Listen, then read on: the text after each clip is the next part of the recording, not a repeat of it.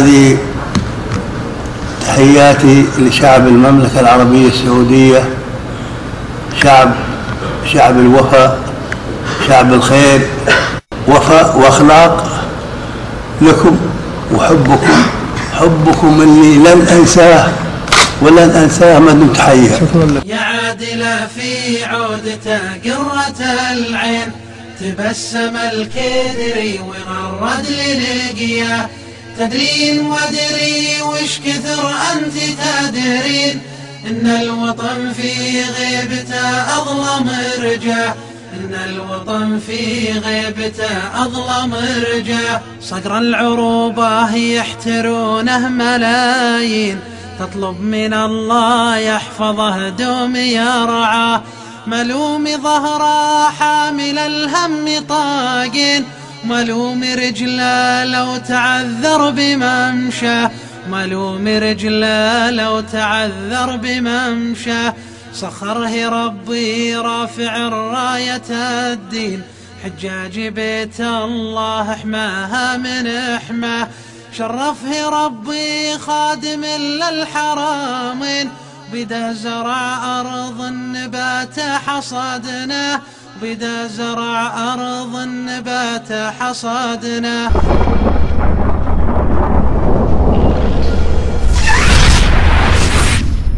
عندما يأتي ذكر الوطن تخنقنا العبرات، وتجتاحنا تلك الابتسامات المحملة بدمعة محبة، وها هي نفسها الدمعة إذا ما سقطت فسيحضنها ترابك الطاهر يا وطني، وما نلبث إلا أن نصرخ بصمت ونردد مليا: حفنة ترابك يا وطن تسوى وطن.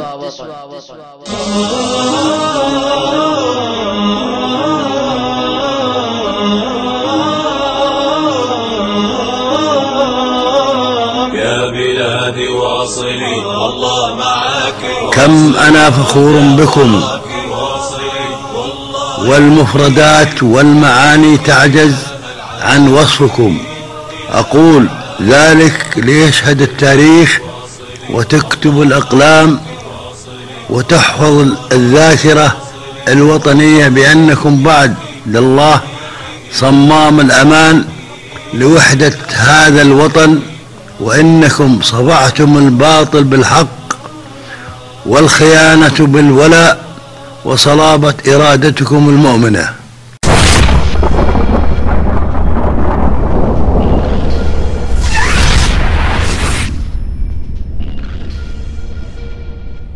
أعتقد أن معنى التكريم لا يقتصر على إيصال رسالة شكر وامتنان للمتقاعدين فقط. التكريم يجسد إحساسا عميقا بالوفاء بين أبناء المجتمع الواحد، إنما يربطه أكبر بكثير من مجرد اللقاء في بيئة العمل.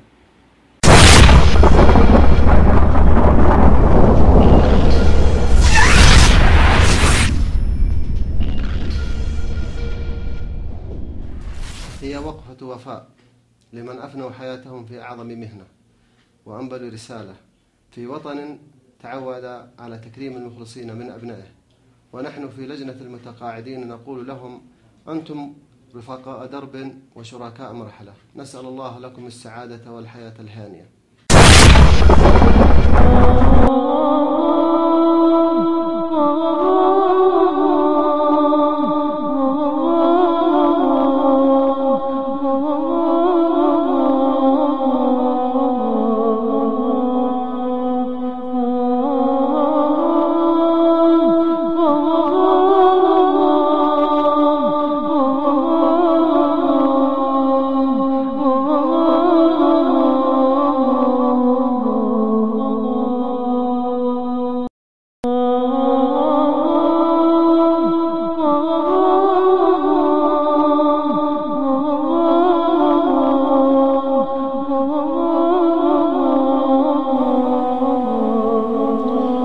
هناك معنى آخر للتكريم بالنسبة لإخوة وأخوات أفنوا زهرة شبابهم في العمل التربوي ثم انتقلوا إلى عالم آخر، ندعو لهم فيه بالرحمة ونحيي جهودهم في تكريم ذويهم.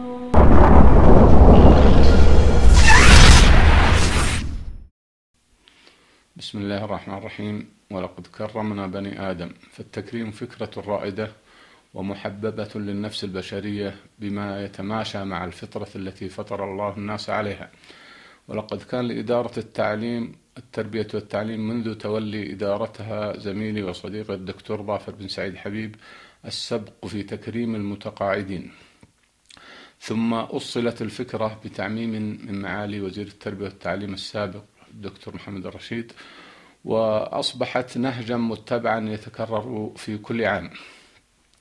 ومن واقع ما حظيت به من تكريم من زملائي وأصدقائي في إدارة التربية والتعليم، أشعر أن السرور يتجدد في نفسي كلما استعرضت تلك الهدايا التذكارية التي أحتفظ بها في مكتبي، وأكرر الدعاء بظهر الغيب لهؤلاء الزملاء الأوفياء، بل أنقل مشاعري لأبنائي ليحتفظوا بمشاعر الود والوفاء والتكريم لأصدقائي وزملائي.